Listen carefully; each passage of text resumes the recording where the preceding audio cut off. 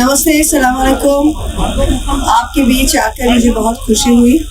मैं ज़्यादा बात नहीं रखूंगी, पर मैं तृणमूल कांग्रेस की तरफ से यहाँ पे आई हूँ और हमारे लीडर ममता बनर्जी, आप सबको पता है, वो पहले दिन से ये वक्फ बिल, ये वक्फ अमेंडमेंट के खिलाफ हमारे सारे ताकत लेके इस बिल को हम अपोज कर रहे हैं। जो हमारे सिलेक्ट कमेटी में गया है, वहाँ पे हमारे जो नदीमुल हक और कल्याण बनर्जी जो हमारे तरफ से रिप्रेजेंट कर रहे हैं, उन्होंने बहुत हार्ड लाइन लेके, बहुत टफ टॉकिंग करके इनकी अपोजिशन किया है।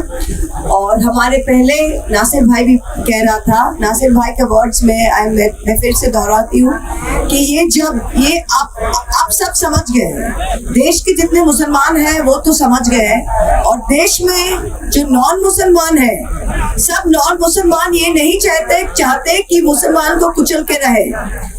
नॉन मुसलमान के ज्यादातर लोग ये चाहते हैं कि हम एक हार्मोनियस सेक्युलर देश में रहें, और उन लोग में भी ये अभी जो सेंस है वो आ गया है कि ये बिल सिर्फ मुस्लिम्स को डिसएनफ्रेंचाइज करने के लिए है। जो वक्फ प्रॉपर्टीज है, ये मुस्लिम्स को उनके कम्युनिटीज के थ्रू में, उनके प्रेयर्स के, उनके मस्जिद्स, उनके एरियाज, उनके halls Muslims have given for the community, and this is something, this is sacred in law and has to be protected.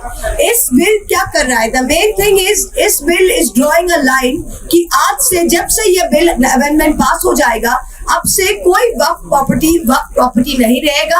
Her Waqf property को नई तरह से फिर जाके कोई भी डीएम, कोई भी डीसी उसको कुछ बना सकता है। तो ये जमीन, मुसलमानों का जमीन हड़पने का एक प्लॉय के अलावा और कुछ नहीं है। ये साफ सुथरा कहना चाहिए, ये साफ चतरा बोलना चाहिए। और एक चीज जो है, इन लोग कह रहे हैं कि वक्फ बोर्ड में वो नॉन मुस्लिम्स ले रहे हैं। हम आपको पूछते हैं, हम सेक्युलर कंट्री के हैं, हम सेक्युलर कंट्री के हैं, सेक्युलरिज्म में विश्वास करते हैं, पर इस देश में आप जाइए ना, राम जन्मभूमि बोर्ड में बोलिएगा 2 मुसलमान डालेंगे, डाल सकते हैं। आज हमारा जो हिंदू का, बंगाल में जो हमारा कालीघाट का हिंदू का बोर्ड है, हम डालेंगे मुसलमान उसमें? नहीं डालेंगे। शिरोमणि गुरुद्वारा प्रबंधक कमेटी SPGC, वहाँ पे आप बोलिएगा मुसलमान डाल ले, मुसलमान डाल सकते हैं, आप मानेगा?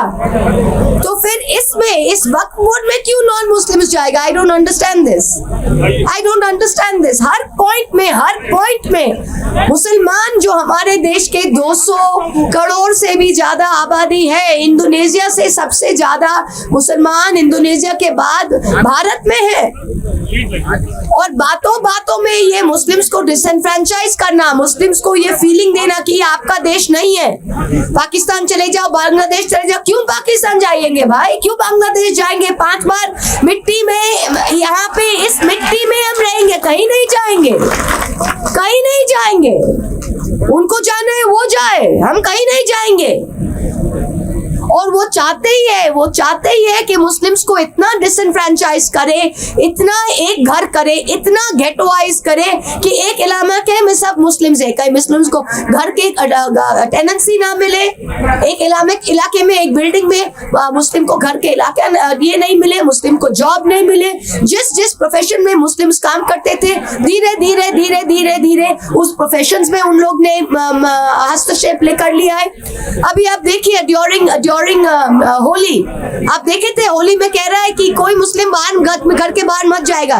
तो यूपी के वर्दी पहना हुआ पुलिस ऑफिसर कोई कह सकता है कि कोई मुसलमान बाहर नहीं जा सकता है होली के दिन? हाँ, आप कोई पूजा के दिन, आप कोई ईद के दिन किसी हिंदू को बोल सकता है कि आप बाहर मत जाइए? हो सकता है क्या? तो ये जो रेटरिक है, ये डिवाइड एंड रूल, ये बीजेपी समझ गया है कि जितना डिवाइड एंड रूल करो, वो 60% हिंदूज जो है उसको एकदम एक साइड करके उनका 50% वोट से हमको जीतना है। यही उनका, there is no more fig leaf anymore. मेरा हिंदी इतना अच्छा नहीं है, पर I hope you understand what I am saying.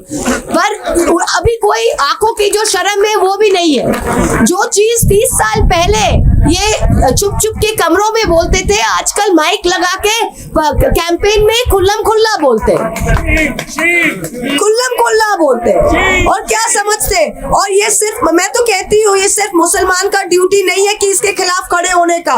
Her right thinking person in this country has to stand up. Every right thinking country is to stand up. ये Germany में ऐसे ही शुरू हुआ था। जब रोमनीज के लिए आए थे तो बोले मैं रोमनी नहीं हूं, मैं चुप हूं। जब पोल्स के लिए आए थे तो मैं पोलिश नहीं हूं, मैं चुप हूं। जब चेक के लिए आए थे तो मैं चेक हूं, तो मैं चुप हूं। कल आपके लिए आएंगे, कल मेरे लिए आएंगे, फिर क्या होगा? फिर क्या होगा? ये तो लोगों को समझना चाहिए ना। This waqf bill is an extremely dangerous bill. ये bill in its present form ये बुलडोज करके ला तो सकते हैं, पर लाने के बाद जब ये पार्लियामेंट में आएगा, हम सब सारे पार्टीज इसका बहुत सख्त विरोध करेंगे। And we will never allow the implementation of this. We will never allow the disenfranchisement of this. हम लोग क्या देखते नहीं है, हर इलेक्शन में, बाई इलेक्शन में रामपुर कैसे जीत गए भाई? कैसे जीत गए रामपुर? मुसलमानों के घर से बाहर नहीं आने दिया वोट में। सांबल में क्या करते, ये करो वो करो, वोट नहीं करने देते। हमारे जैसे अभी डबल एपिक कार्ड मिल रहा है। कहाँ पे मिल रहा है डबल एपिक कार्ड? मुर्शिदाबाद में, दिनाजपुर में। नाम किसका मिल रहा है? मोहम्मद खान। नाम किसका मिलता है? मुर्तजा आलम। तो मतलब क्या, इनको ही डिसएनफ्रेंचाइज करना है। ये सारे बूथ्स को वो नोट करके डिसएनफ्रेंचाइज कर रहा है। This is a very very big Machiavellian programme. और ये हर लेवल पे, ये सिर्फ एक ममता दीदी या एक अखिलेश के का संभव नहीं होगा। ये हम सब जब जमीन पे जाके we fight it at every level, that is the when we will understand this. Peaceful means, secular means, we are proud to be host to the, India is proud to be host to the second largest Muslim population in the world after Indonesia. It is our sacred duty and our duty of our constitution to protect the rights and privileges. हम हैं आपके साथ, we are all there with you. ये जो bill है, ये कम जब भी आएगा, ये हम we will try our utmost not to let this pass. Thank you very much. ज़्यादा बोल दिया मैंने. Thank you.